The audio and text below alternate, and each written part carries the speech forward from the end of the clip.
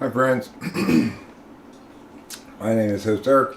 I am the host of Talking with Famous People, and I am here today to pump you up.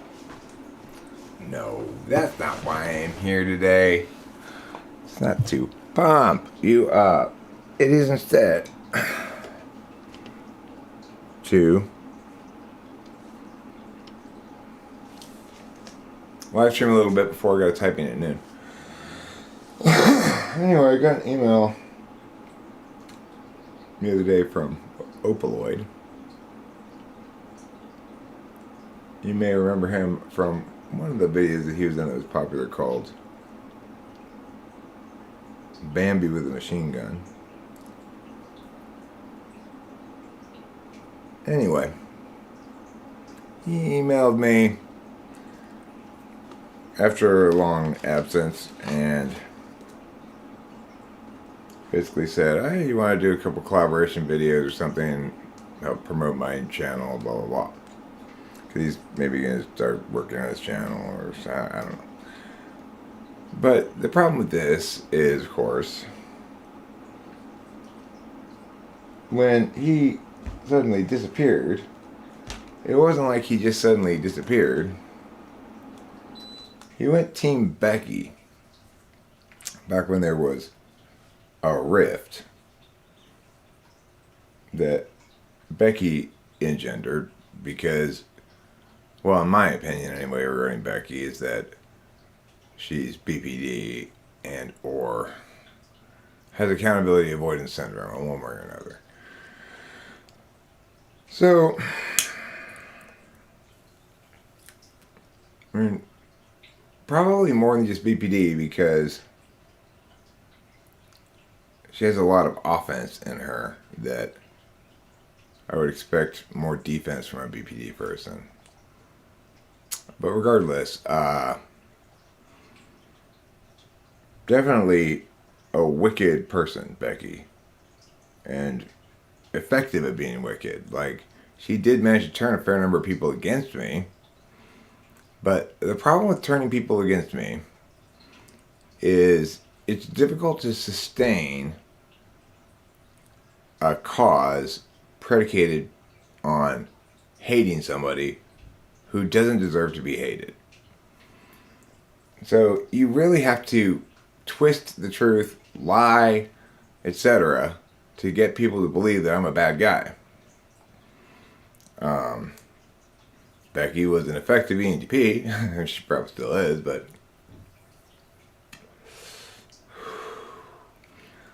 you know, I have as an absolute value, I guess. Well, I have as an absolute value N's and F's as absolute values. So I don't take too kindly to that, you know. Now, granted, if I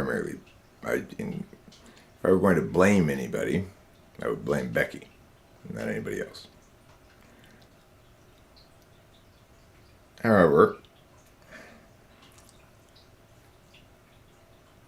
if I were to evaluate how much I can trust somebody,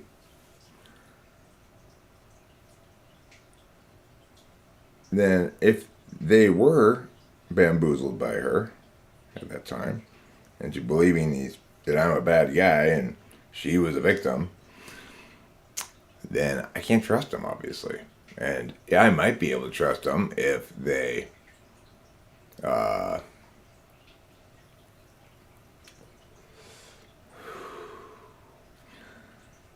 it's like if they want me to trust them, then they're going to need to address that. So when I got this email this morning, or I didn't get it this morning, I got it a few days ago. I let it sit in my email box unread, unlooked at for a few days because I didn't know what it was going to be like, and I wasn't sure how I was going to respond to it. Hello, oh yeah, hello DX, hello Ruben R, hello Karma's Pimp. Karma's Pimp, I assume you meant to say IDK, this Becky person? And she is an ENTP, but was around the channel for a while until I called her out on some shit. She didn't like it, and she tried to win against me, which is not a good idea. Don't try to win against me. I'm perfectly happy to not be zero sum, but if you insist on being zero sum with me, you're gonna lose. Oh, IDR is I don't remember. Thank you, Ruben, for that. That's helpful. There's a lot of these little internet things that I still find I encounter ones that I don't know, like TFW, that feeling when. I learned it just the other day. I'm doing pretty well. Oh yeah, it's morning here. I got a typing session in a little more than an hour, so this is going to be about an hour long live stream, is all. But so this is the response I sent Opaloid to his email. Hey, Opaloid. I left your email sitting there unopened for a couple of days in my email box because I wasn't sure what you were going to say and I wasn't sure how I was going to respond to it. In fact, I talked with Rachel some about possible approaches you might take, and you took what I expected you to take, which was, I wasn't sure what you were going to do, but I posited that probably you just act like it never happened or something. But weren't you on Team Becky? Didn't you go? Yeah, you did. So, I mean, it's like secondhand knowledge for me, but it's not like you just suddenly went on a sabbatical forever. You went Team Becky, you know? So, and it's fine to make mistakes, but it's not fine to betray me and then act as though it didn't happen. So, you're going to have to address that in some way.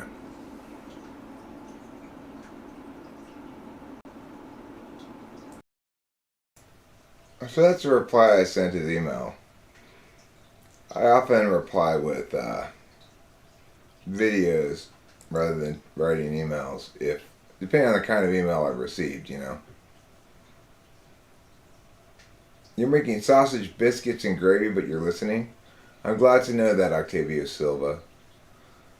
Fly Guy says, we need a video like this for every single trader. Well, I mean, the thing is, I'm reactive here. I didn't bring it up. I got an email out of the blue from the guy pretending like nothing happened. And that's not going to fly, you know? If you're pretending like nothing happened and something did, then not only have you made me attend to the fact that this happened again, like attend again, like remember the fact that this happened, but you insulted my intelligence, you know? Because, well, okay, if you don't know the Becky thing, Becky was somebody who was active around the channel, and she came to the summer camp that we had at Kimberly's house.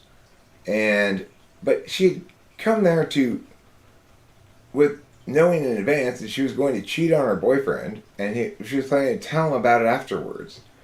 And, you know, I had opportunity before she arrived to voice some opposition to that, and I didn't because I was still processing it, I guess.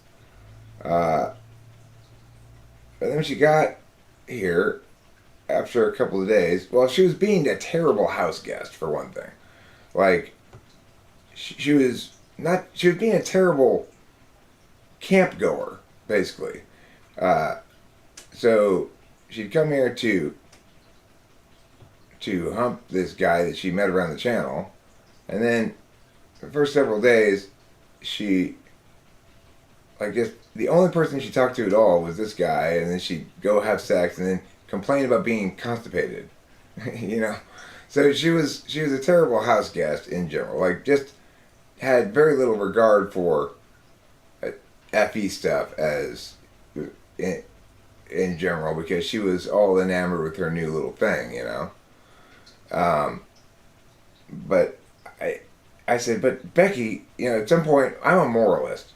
So the other thing is, she had gotten something lost in her luggage or whatever. She had forgotten something at home, some medication that she wanted to get here, but she didn't want to. But she'd also it had also occurred that her luggage had opened during the flight, and they had put a little thing on there saying this came open or whatever. So she had some sort of travel insurance and wanted to call them and lie to them and say that in fact the airline had lost this, even though she knew she had forgotten it. That was the first thing that bothered me, and I was like, I don't think you should lie like that. And then eventually it just weighed on me like, but Becky, don't you think you need to tell your boyfriend that you're breaking up with him before you do this shit? And that was it. It was just like, man. So she said she stomped off and went and stayed in a motel, and with her new boyfriend Shane, and then she basically did a good enough job with managing the narrative there that she sort of severed off a chunk of people that had been active in the channel, and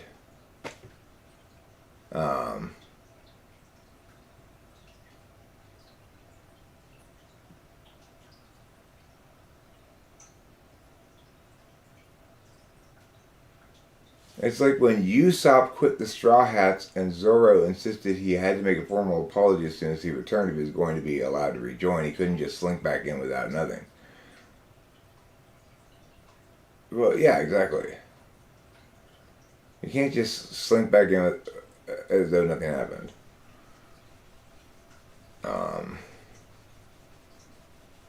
So the thing is, I didn't want there to be any moment where anybody had to choose between me and somebody else. But Becky compelled it to be that kind of moment. And so if there is going to be that kind of moment and you choose the bad guy,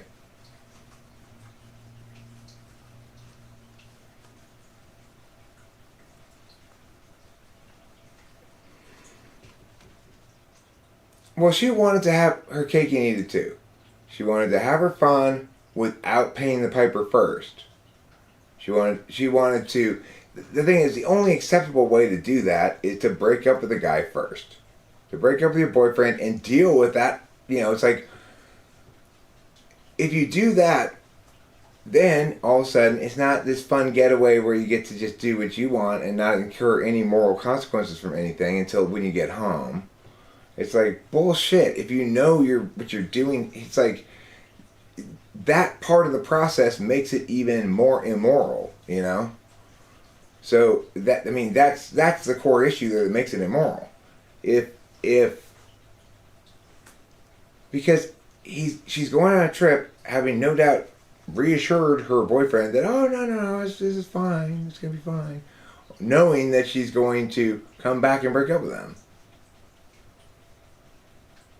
So I didn't like that, and I couldn't not say something about it because it was she was using my camp to do it, you know.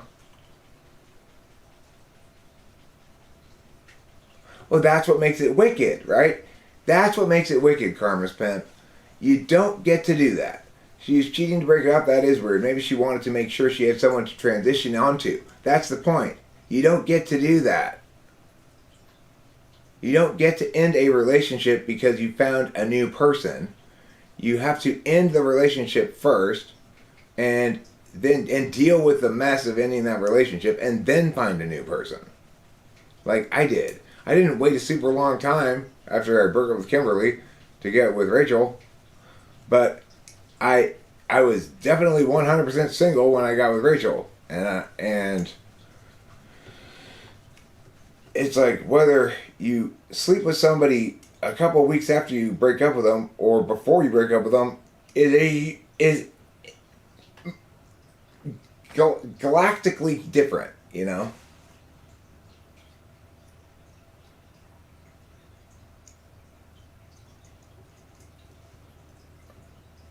So anyway, and then she got really pissed at me because after she stunk up and wouldn't have a conversation with me about it,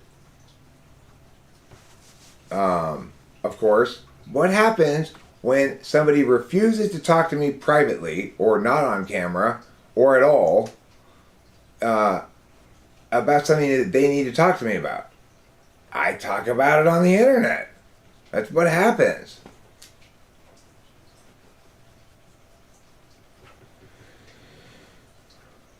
Okay. Yeah, that's how most women work. Because 98% of the time they have a guy in mind when they end it with you. As long as they haven't done anything with that guy, it's super shady and awful, but legal. You know. But like you say, if you don't do it the legal way, then you're just. It's like, okay. Even if you want to be slimy, just tell the person that you want to. I mean in relationship law, not in real law. Okay, not the legal system. I'm not talking about the actual criminal justice system. I'm talking about the laws of relationships. Okay, the laws of dating and stuff. I'm not talking about any kind of actual formal law. It's like if you're shady as hell, but follow that basic rule, then nobody can really condemn you. If you just make sure you break up with a person formally before you do anything else with somebody else, nobody can really condemn you. It's like you're fucked up, but in the way that you move through people without giving them a lot of notification that you're not really in it for the long term, but you do notify them before you sleep with somebody else, and you uphold the law of I will tell you before. So there's absolutely no excuse for what she did as a consequence, because the only thing that rule, that law makes sure happens is that you don't get to have fun that requires me to be kept in the dark about something that I have a right to know about based on the fact that we're in a relationship together.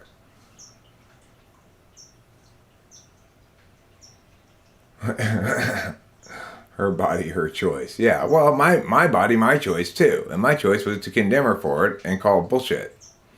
And that's what I did with my body. I used my body to push air through my throat and vocal cords.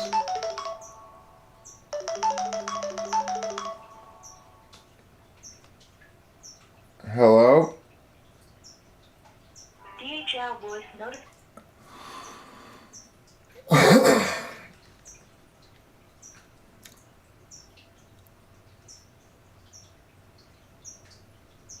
It was just a spam thing. It was the spam people. The spam people were spamming me. Yeah, I used my body to express my moralist ways at her, to wag my finger and shit, But of course, the reason she was so wicked, you don't get wicked like that. It's possible to be wicked like that once, maybe, as a late teenager, especially if you're FI polar and have to learn with SI experience what it means to be wicked like that. But if you are still doing that at 30 years old, then it's a clear indicator that there's something broken about you. Divorce isn't cheating. No, I mean, my first wife cheated on me, then we got divorced. My second wife and I got divorced, but neither of us betrayed each other. We upheld our ends of the bargain, and so it wasn't a bad relationship, really. It was just very instrumental for me. Kind of like how Christine talks about her husband. That was me and my second wife, No, divorce is legal and is not cheating, okay? Divorce is not cheating. Divorce is it can either happen after cheating or not with cheating, right? So the thing is, I I think the divorce from my second marriage was a testament. I'll put it this way.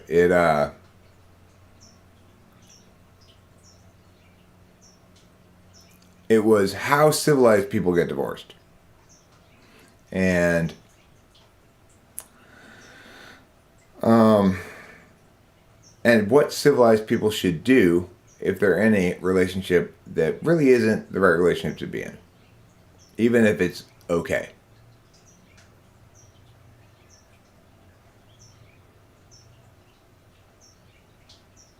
No, it can't be cheating if you're divorced.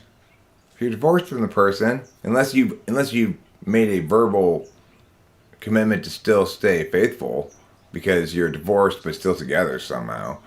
Um, Unless that's the case, then it's absolutely not true that you can be broken up with somebody and still cheat on them.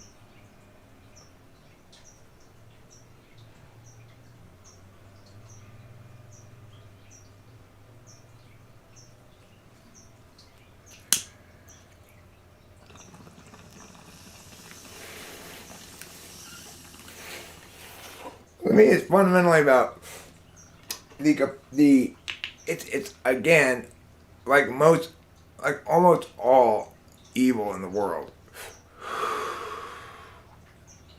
All evil in the world manifests as either a failure to use words correctly or an insistence on using words wrong. So if you can view cheating as more likely the former than the latter. But regardless, the point is you should be able to talk to people and glean information from their words that allows you to set expectations accordingly. The biggest problem with cheating is that it is trauma to the prime directive, the narrowing of the gap between expectations and realities. If you are married to somebody, like I was to my first wife, even though we didn't really like each other, it wasn't a good relationship, and you were not by nature a cheater or haven't really been cheated on, then you might be like I was in my first marriage, shockingly naive and gullible, easy to cheat on. So the real trauma of it comes from, well, there is no point in getting married, except for legal tax reasons and stuff like that. So there might be a financial reason to get married. That's the only reason. But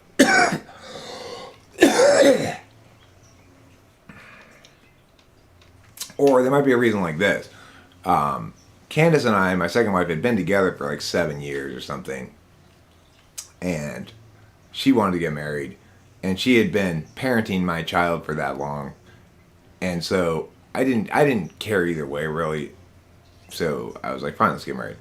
You want to. She'd been like putting together a fucking binder for how her wedding was gonna look since she was a little girl. It was crazy. You should have seen this fucking thick ass. She had like two of them too. Thick ass fucking 3-ring binders full of shit that she had been compiling from a childhood about how she wanted her wedding to look like. I shit you not. ESFJ.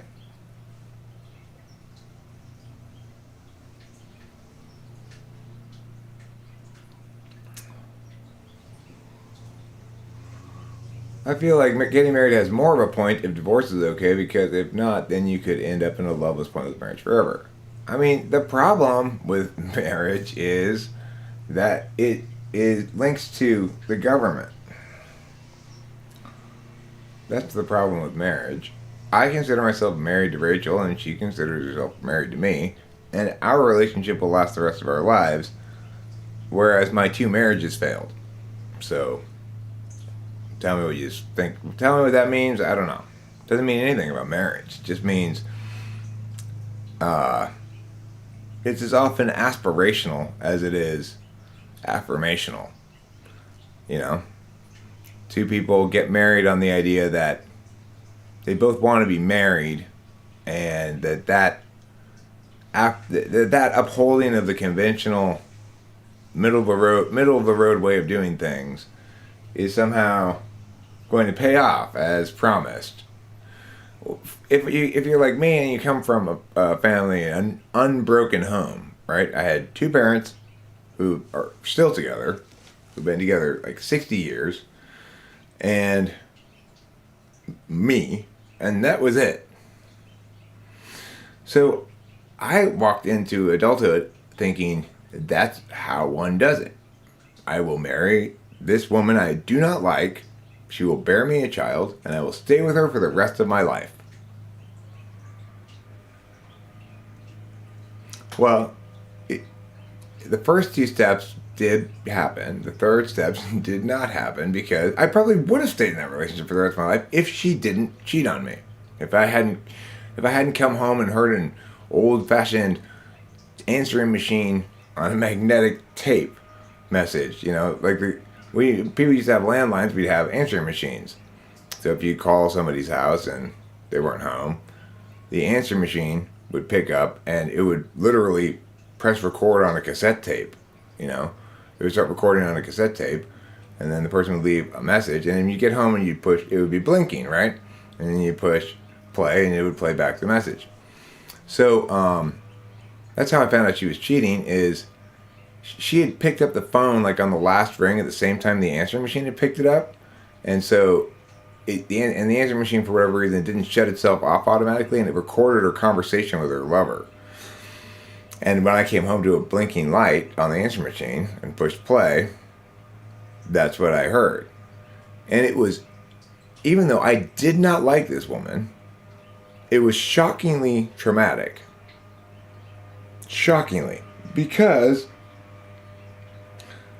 I had been operating with my map had been shockingly wrong. In other words, my expectations and my realities were hugely far apart, and that is the recipe for trauma. And of course, it was so traumatic that I'd have like PTSD kind of episodes where I'd come home months later and see a blinking answering machine light and fly into a frenzy of hours of because we stayed together for a little while afterwards, as we tried to work it out. I don't know why. And I did hours of intense detective work, searching on the computer for any way to access any of her stuff so I could spy on her and figure out what's going on. It's like, it was awful. But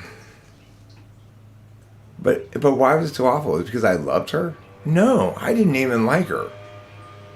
So why did it hurt me so much? It's because it took a huge chunks of my map and threw them in the garbage and said, you can no longer sustain these maps at all. You've been operating on wrong maps. You've been made a fool. You've been played for a fool for the last God knows how long. Blah, blah, blah, right?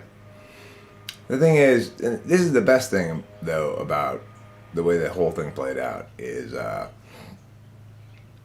it was a very rushed relationship into marriage, and then immediately after we got married and she stopped taking birth control pills, within a month, she was pregnant. So I know my child's mine, because it's like she got pregnant in the first month of the marriage, and it was right after she stopped taking birth control pills. It's like, and also there's lots of reason to think the child's mine. She's got a lot of my qualities and attributes and stuff, but it makes me, under normal circumstances, cheating cheating does something like that. It makes you question whether your own child is your child anymore, you know? And this is a child you've had for a couple of years now before you find out that she's cheating, right? And so it makes you say, is this my child even? But of course, even then, I just said, no, Eric. Given the specifics of the way it all went down, it's definitely mine.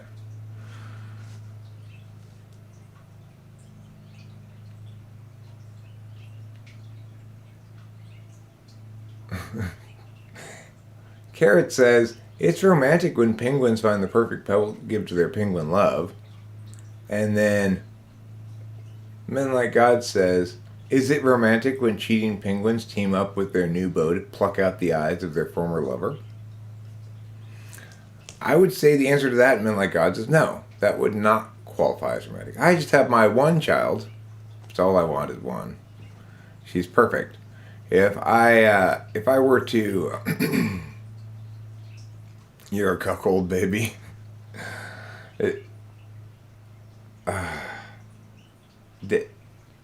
How did that play out? Like, who raised you? When did her husband find out? When you came out Chinese?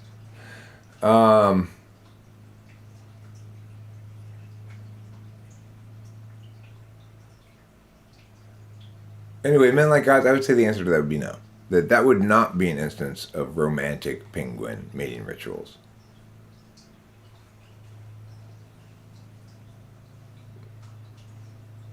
Why is my baby Chinese? You think that neither of them raised you? So your biological father raised you?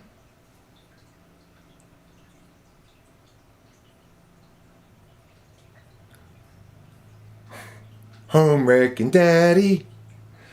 He's a homewrecker, but an excellent father. Home-wrecking daddy.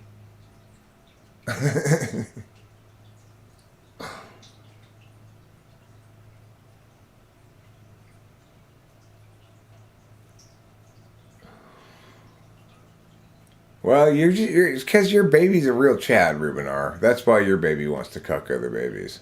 He's a real Chad.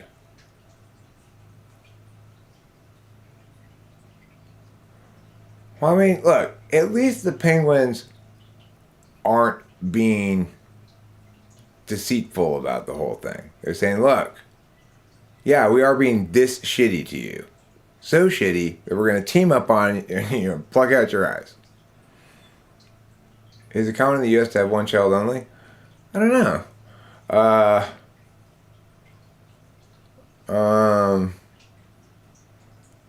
It just kind of played out that way for me. Really, I knew I wanted to have one, and that's why I got married. And I knew I wanted to have one approximately when I had it, and that's why I basically found a girl who would marry me with, her number one positive quality that I could point to was she had childbearing hips. And in fact, I was right about that too, because that baby popped out of her so fast. It was a very easy childbirth. Very, very easy childbirth. You know what's weird though, Men Like Gods? You may say that 1.5 kids is the average, but there's not a single American human being on the planet, in America or otherwhere, that has 1.5 children. So, what do you think about that? It's a mercy killing.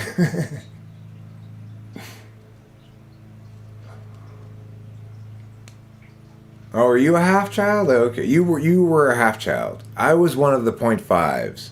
You should write a book about your special demographic of victimhood. We half children go through life not getting noticed. Hey, I love your one child. And then they stop right there.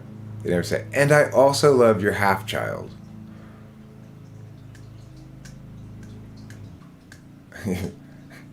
Half-life baby, full life consequences. My mother had her first child at 15. Imagine being raised by a child when you were a child. Okay. That would suck.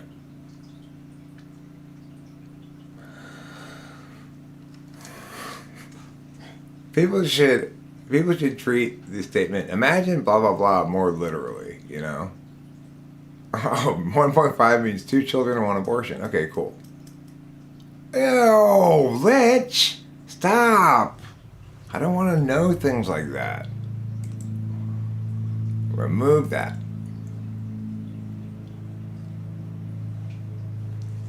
I don't like seeing things I don't want to know.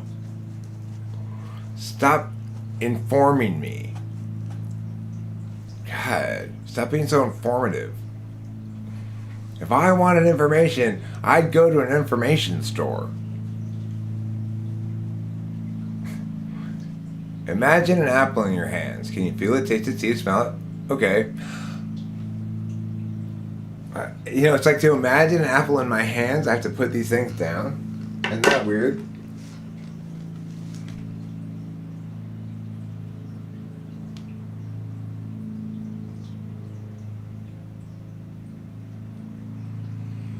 No, I can't feel it. I can kind of see it. I can't smell it. I can't taste it. I can kind of see it. I can fuck it. Yeah.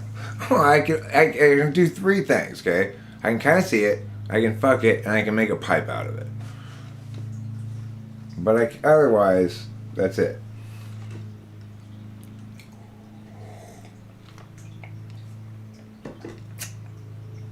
It's true, you can fuck just about anything. Some things it's wiser to fuck than others, you know?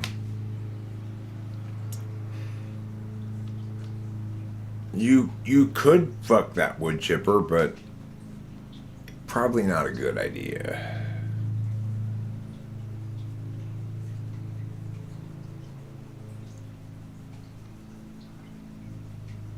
Eric, how do you feel about being called a quirky girl? It's who I am. I'm a quirky girl, you know? It's like, I like sweaters, grandma sweaters. I like gluing together 2 random things I got at a yard sale and calling it art. I love singing Bjork songs in the shower to myself. When I'm in the supermarket, I'm free. People look at me because I'm so weird. I love it. It's fantastic. I actually try not to be. I try to have good FE, you know, but I don't always. Sometimes I have shitty FE, and then I go pew pew Eric pew pew pew pew pew. Depending on the kind of shitty FE, I don't mind. I don't mind angering you, but I do mind making you cringe, you know? Some things are not designed to be penetrated. Correct.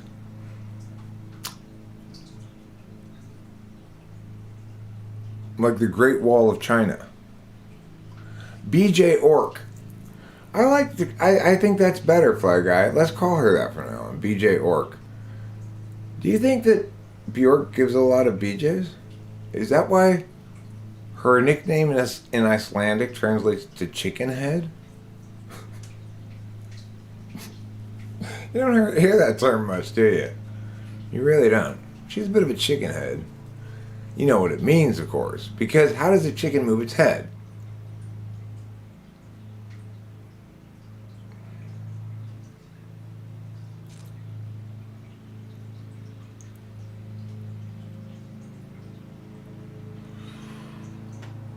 Her huge tusks. Bjork has huge tusks? BJ Orc?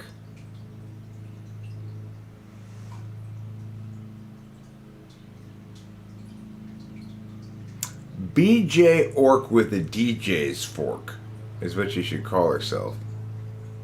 Carrot says, look over here, this direction, equals, over there, look at that direction. What's up am I looking at? That thing right there, Bjork gave tons of BJs when she was in the Sugar Cubes? Really? She was in the Sugar Cubes. That's what a knowledgeable music listening person you are, men like gods. And do you know why they were called the Sugar Cubes? Because that refers to one means of, I don't know, what do you call it? Like dosing out. Illicit. That's probably why it's called acid. Is if you try to say LSD as a word, it sounds like acid kind of. Illicit. So, yeah, dosing. You put illicit on a sugar cube.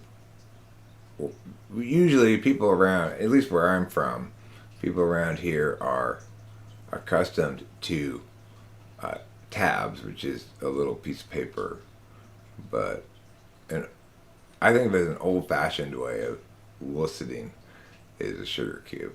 I've never tried that, but that's what I think of it as. Is Drake pronounced with a J? Eric, demonstrate your NI powers right here, right now. No!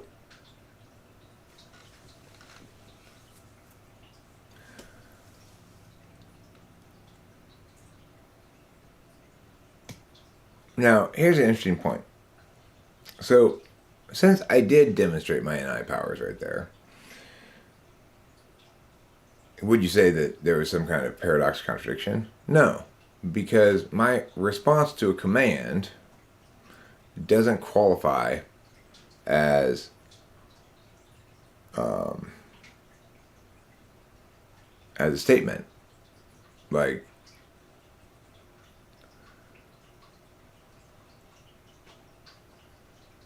if you had said, oh, you did say, will you, didn't you? No, she didn't. If you had said, will you demonstrate your powers right now? The answer, no, would create a contradiction because it would indicate, no, I will not demonstrate my powers of NI right now, and then I would demonstrate them. But because I was responding to a command, it doesn't create a contradiction. Isn't that interesting? Yeah. Talk about important stuff here.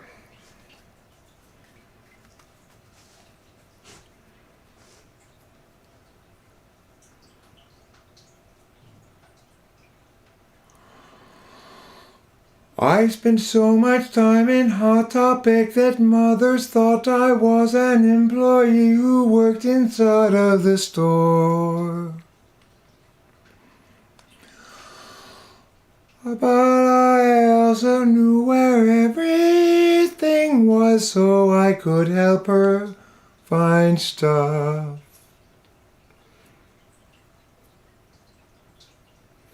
I looked at the toilet roll holder and I thought, Jordan Peterson. That's what I'm naming my toilet roll holder.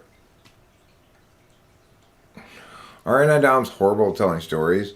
No, but they aren't going to be successful in general at improvising particularly good stories. In fact, I would say J.K. Rowling's an NI-DOM, and she is the author of Harry Potter books, which were very, very good books. I'm confident she's an INFJ, that woman. And so she tells great stories, but she had to work all that shit out, like convert her vision into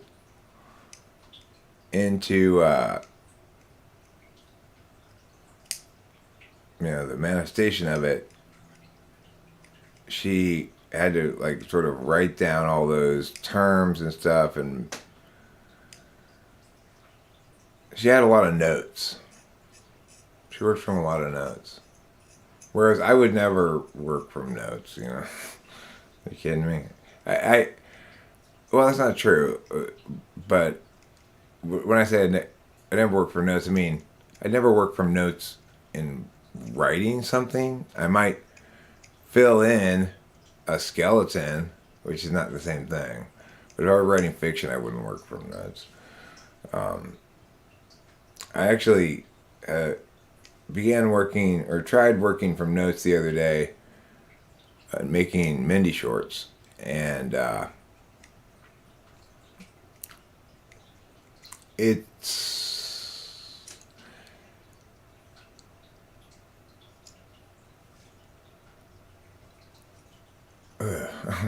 I mean, the whole making Mindy shorts thing is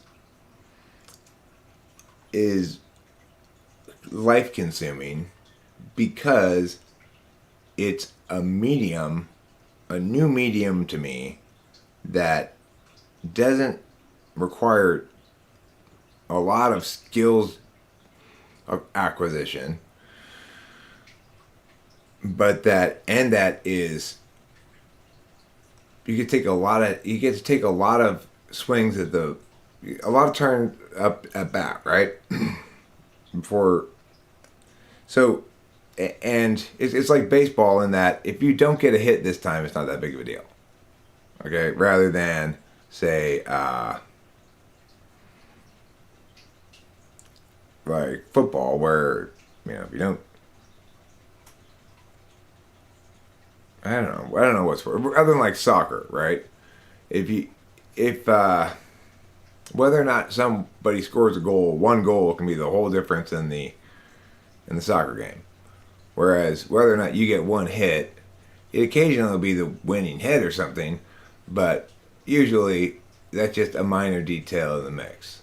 So the point is, what was I trying to say here?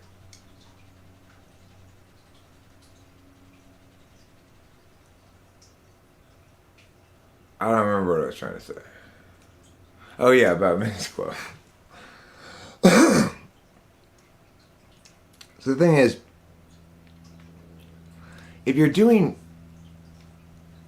like basically miniature scenes with actors having lines, and you're constrained into 15 seconds, it takes a while for your concepts to start aligning to that time frame.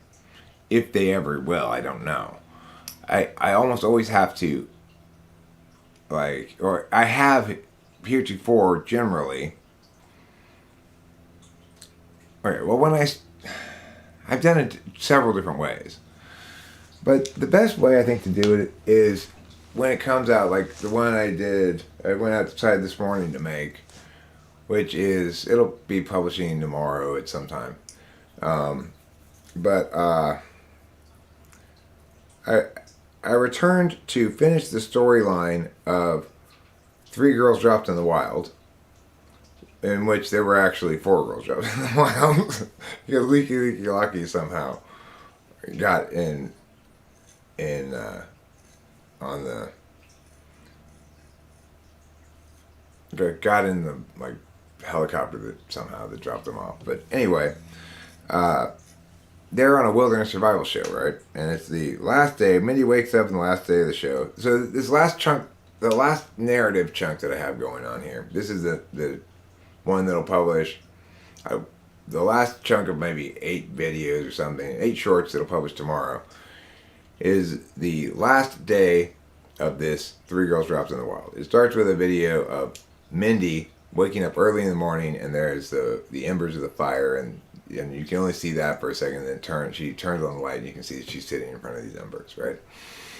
And that one is not particularly funny or anything. It was purely a concept I wanted to do, and I thought it came out nice enough and it's kind of expositorily necessary to reestablish where we are here in the upcoming shorts after that one.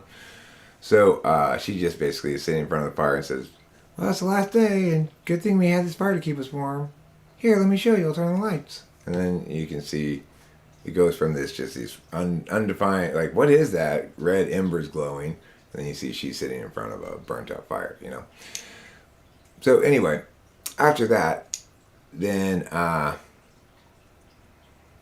basically she realizes that when she goes to get up Tiffany, the Tiffany's not gone to sleep yet, and then she's completely trashed. She can't even walk. She's just so drunk, you know. So she says, "Well, how did you manage to get so drunk in the wilderness?" And of course, Tiffany says, "Well, a lot of stuff happened last night after you went to bed." She doesn't really answer the question, right?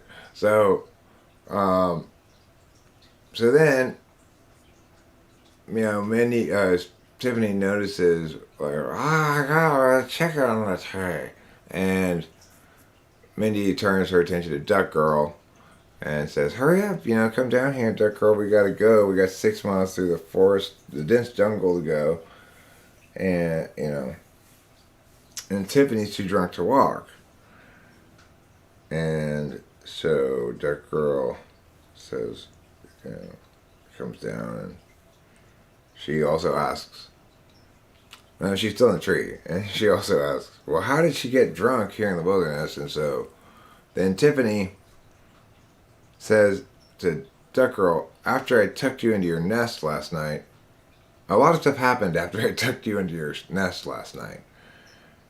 And Duck Girl says, you mean force me to sleep in this tree?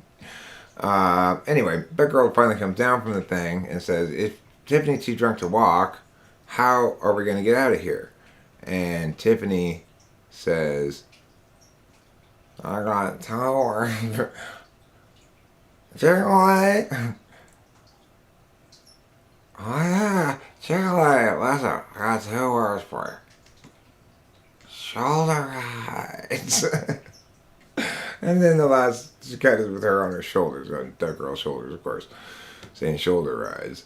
And then there's another couple that aren't quite so linearly involved, which is it in between Mindy and Tiffany getting up and the finishing of the Duck Girl getting out of the tree part there. Additionally, Sasquatch wakes up near them and says, oh,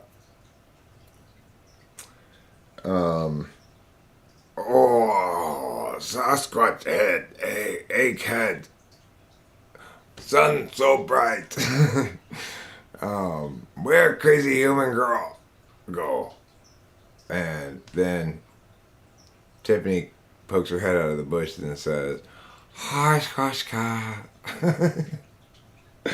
And then he says, what human killed Squash last night? And Tiffany says, you mean that almond milk? And Sasquatch says, where finds almond milk in forest?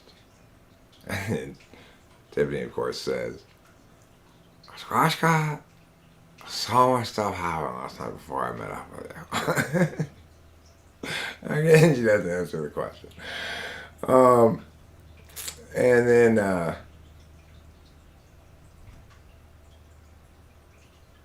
that's it with those two. So that's it for that arc right there, right? And it's made out of like 8 different little things. And then, so the point is that then that the last one of that chunk anyway is apparently they're gonna walk and Duck Girl's gonna be carrying Tiffany the whole way. The next return to that storyline will be they're at the extraction point and there's, you know, the production team's there to pick them up and then but Leaky Lockie's already there and she's got a big fire going and like is drinking a beer or something. You know, and Tiffany will say like, oh my god, I can't even look at that, you know, that yeah, just look at a beer, I need some almond milk. And I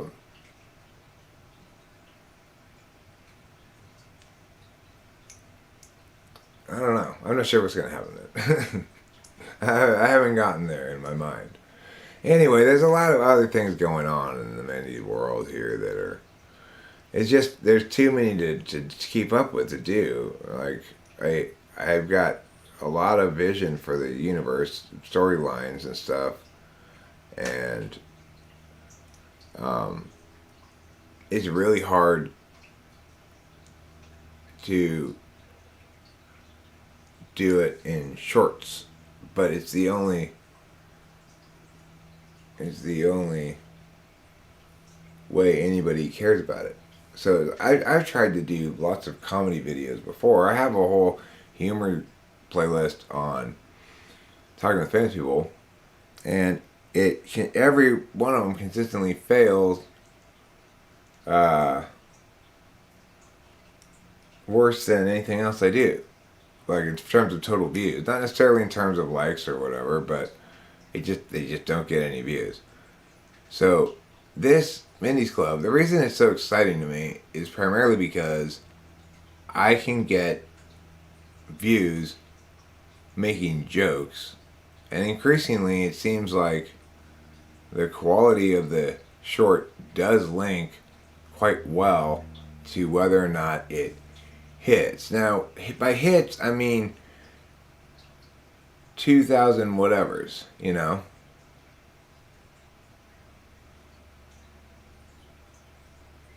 So, my top 50 videos on that channel now all have more than. I mean, the Randall fatherhood story is publishing today. So I'm not sure exactly where it is within that storyline, but it's somewhere. And it resolves at the end, so it's not left unresolved, which is nice. And that's why I'm returned to the three girls dropped in the wilderness, three girls dropped in the wild. It's not true that NE and NI types have different kinds of humor. It is true that sensors and intuitives in general have different kinds of humor, and that some kinds of intuitives, look, INFJs, ENFJs, ENTPs, INTPs all have the same humor, even though half of those are NE and half of those are NI. What they all have in common is they're intuitive TIFE people. In other words, what they all have in common is they all have good senses of humor. They all have good taste in humor. You know, if you like most any contemporary comedian that isn't good, then you're wrong to do so. I did see that one comedian that was pretty entertaining with Corey and Rachel and Shad, but I forget what his name was. He was pretty entertaining, pretty funny. I was pleased.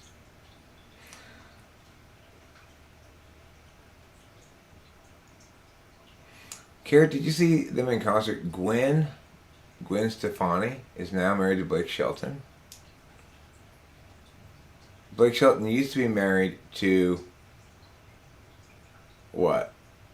What's her name? Miranda Lambert? Miranda Lambert? Wait. No, Miranda. I don't know what her name is.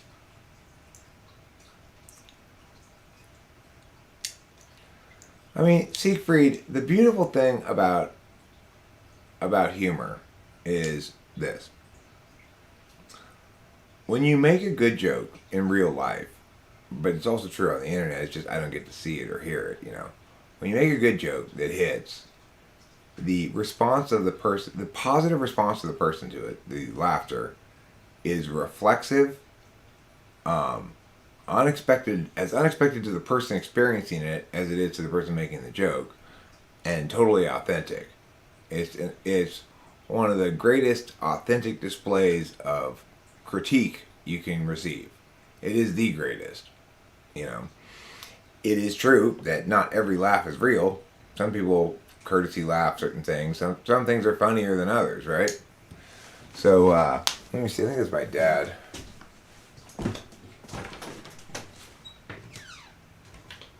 Thank you, Dad.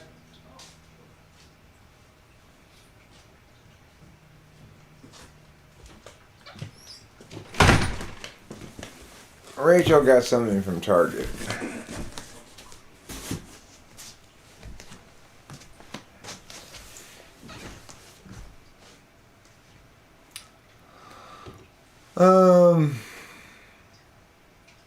It's not. It's just some boring girl stuff, I'm sure.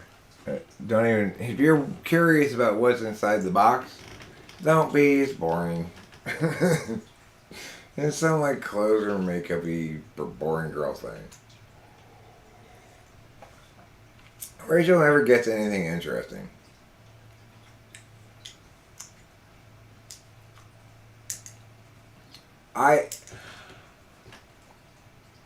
I liked Mitch Hedberg a lot. I suspect he was an INTP, maybe an INTP, but maybe an INFJ, but probably an INTP. Could be the FE polar talking, but I think I have a higher standard of humor and I'm not as easily amused. Well, I mean, the point is, Siegfried, that if a joke is genuinely hilarious, sometimes that has to do with the context. There are different kinds of jokes, right? Like when I went into the Whippet store and said, "Okay, can I get a box of?" I forget what it's even called now because I call them. Can I get a box of Mia brand, off-brand Whippets?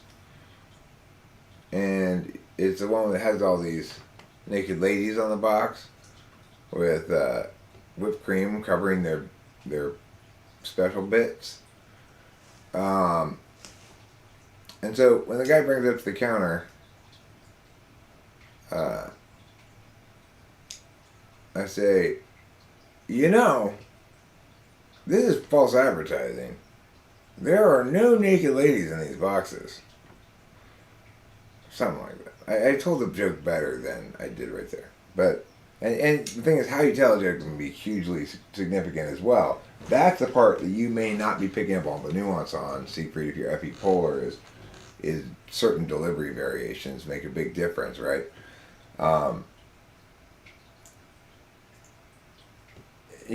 After I'd gone in, Rachel and I had gone to this Whippet store, whenever we started going to it, and we'd gone there like 4 or 5 days in a row. Back then, I said to the guy, "Yeah, we eat a lot of whipped cream," and he paused. He paused for a second. Didn't pause exactly, but it took him a second to process it. Then he barked this reflexive, unfakeable, unforceable, unpreventable laugh. Right? That's fantastic. It's fantastic when you get that. The naked ladies one. That the other guy was working then. I told that joke better than I told it right now to the guy, and I got that same authentic kind of laugh. So the point is, if you deal with individual people,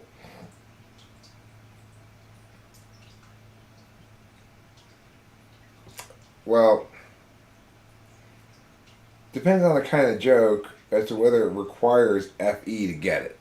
Like, it doesn't require FE to get the naked ladies joke, and it doesn't require FE to get the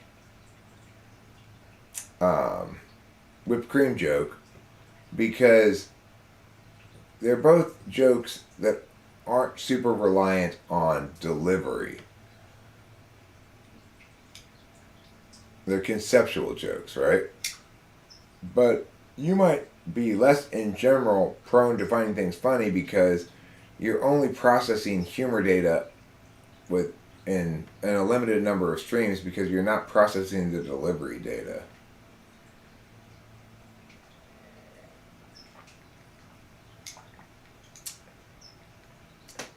Hey, Fly Guy, the reason you tan your genitals, even though nobody's going to see your tan genitals, is because you know, and it makes you feel pretty. And it's like, I'm not doing this for anybody else but myself, okay? It makes me feel pretty to know that I have tan genitals. I don't want pasty, pale, looks like they've been stuck inside all day genitals.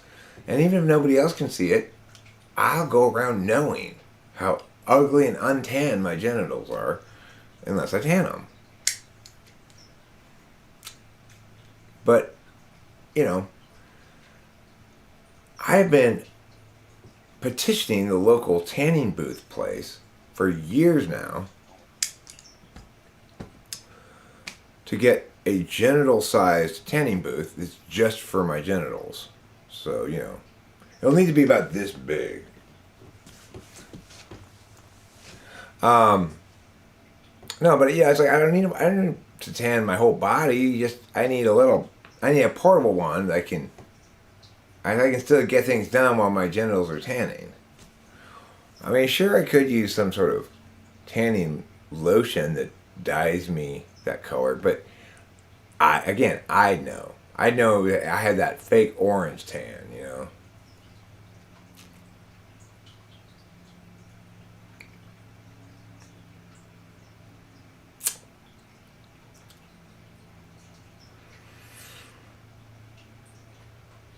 The thing is, what I would like to do eventually is execute my idea of having several Bible verses tattooed spiraling downward like this.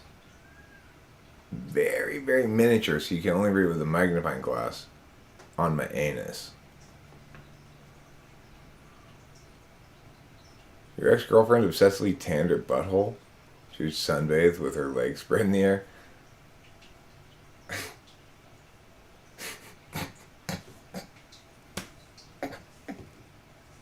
Is that true? Why would anybody ever consider tanning their butthole?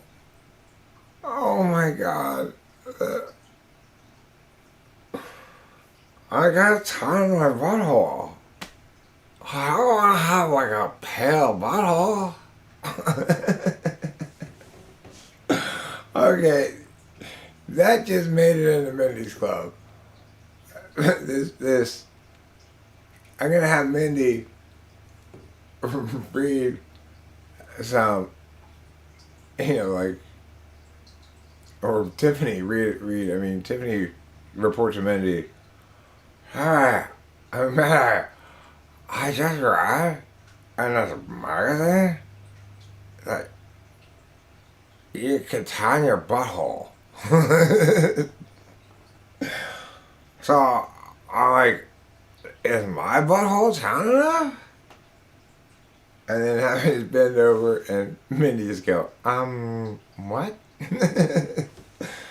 No, serious. Apparently a lot of guys, they want a girl who got like a tan butthole. And like, I can't usually find my clothes, but I don't ever really purposefully tan it. Is it too pale?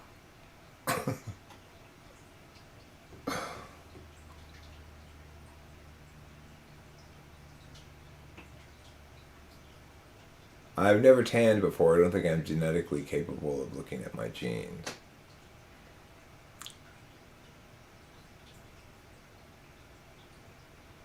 Butt sunning was a whole thing. Oh, really? Is that what it's called? Okay, that's fantastic.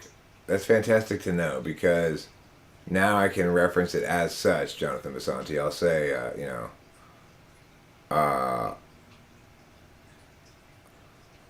Tiffany will be like, Mandy, I just learned something really important. Have you heard about butt sunning? Butt sunning? So, okay, I don't want to scare you, but I think your butthole is too pale.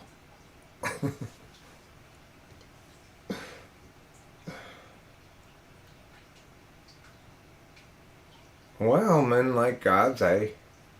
Sounds like you may have had some ulterior motives, like wanting to hump her or something.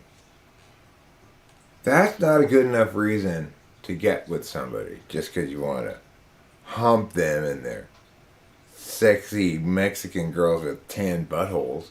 That's not a good reason to be with somebody. Okay, well, you know what? I think maybe we should just keep this casual. I thought you really liked me. I do really like you. I just am a little embarrassed for you. What do you mean? I mean, your, you know, twinking eye down there. It's pasty and pale. I didn't want to say anything, but I was really cringing during sex when I saw it. I was like, oh my God, how can she leave the house like that? At one point during sex, I was almost like, can you turn that incredibly blindingly bright butthole off?